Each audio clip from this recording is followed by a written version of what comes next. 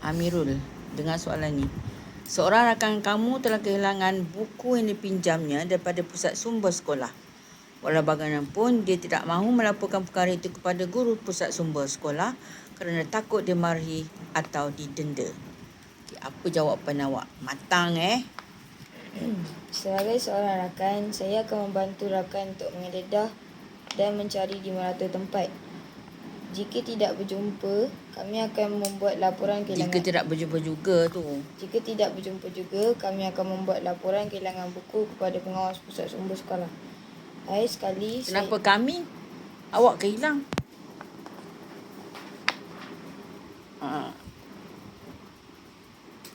Jika tidak berjumpa juga, dia harus membuat laporan kehilangan buku kepada pengawas pusat sumber sekolah.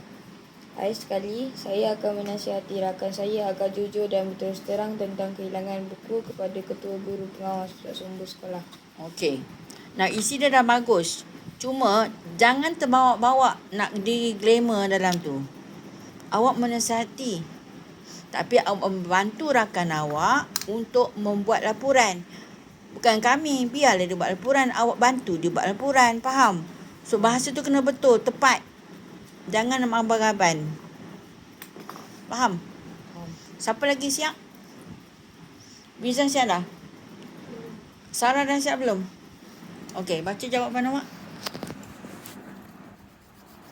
Sebagai seorang rakan, saya akan menyuruh rakan saya mencari buku itu dengan bersungguh-sungguh. Jika tidak jumpa buku tersebut, dia harus membuat laporan kehilangan buku kepada pengawas pusat sumber sekolah. Seterusnya, dia harus sedar bahawa dia perlu memberi hukuman dengan hati yang terbuka. Akhir sekali, saya akan Mengingati dia buat apa? Mengingatkan dia. Dia mati apa ke?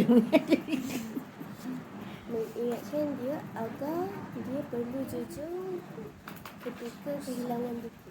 Bukan ketika. Dia kena jujur dan bertanggungjawab atas kehilangan buku itu.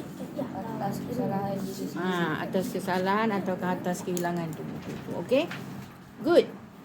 Baiki sikit ayat akhir tu, salah. Alright. Okey. Baca. Sebagai seorang rakan, saya akan menasihatinya. Tak dengar, tertutup bang. Sebagai seorang rakan, saya akan menasihatinya supaya mencari di merata-rata tempat. Selain itu, jika tidak berjumpa juga, diharuskan membuat laporan kehilangan buku kepada guru atau pengawas pusat sumber sekolah. Akhir sekali, saya akan mengingatkannya untuk menerima hukuman dengan hati yang terbuka. Okay, good. Awak ada jawapan? Okay, baca kuat sikit, tak dengar jauh sangat ni. Panjang juga.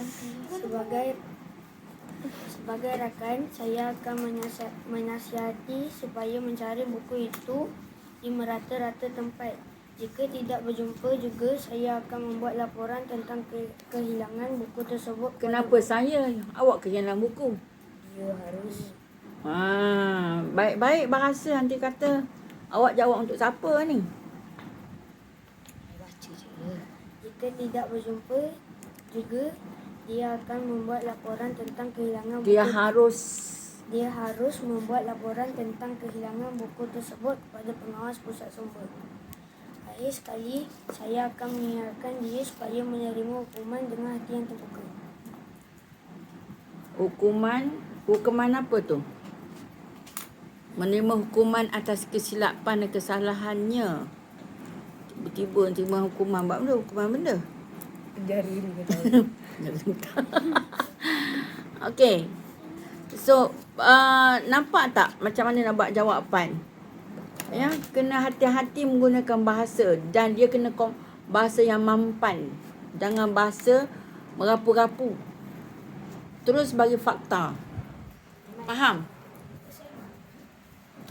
Sebagai rakan, saya akan membantu rakan untuk mencari buku itu di rata-rata tempat.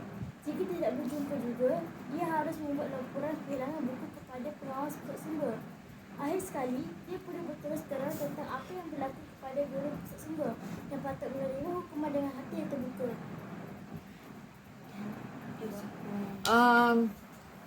Itulah silapnya hukuman tu ya. Hukuman tu hukuman atas kesilapan dan harus bertanggungjawab. Itu penting. Itu sebab kesilapan dan tanggungjawab ni adalah kesilapan tu adalah tanggungjawab. Tanggungjawab tu adalah nilai-nilai murni. So jawapan awak kena teraskan kepada nilai murni dan pengajaran. Baru awak dapat 5 markah. 5 markah tu mesti ada 4 fakta. Faham? Dan anti tak dengar pun ada seorang membuat penanda wacana. Tak ada kan? Oh ada, satu je lah. Lain itu. Ada Oh ada, okey lah. Bagus. Alright, dah tahu dah?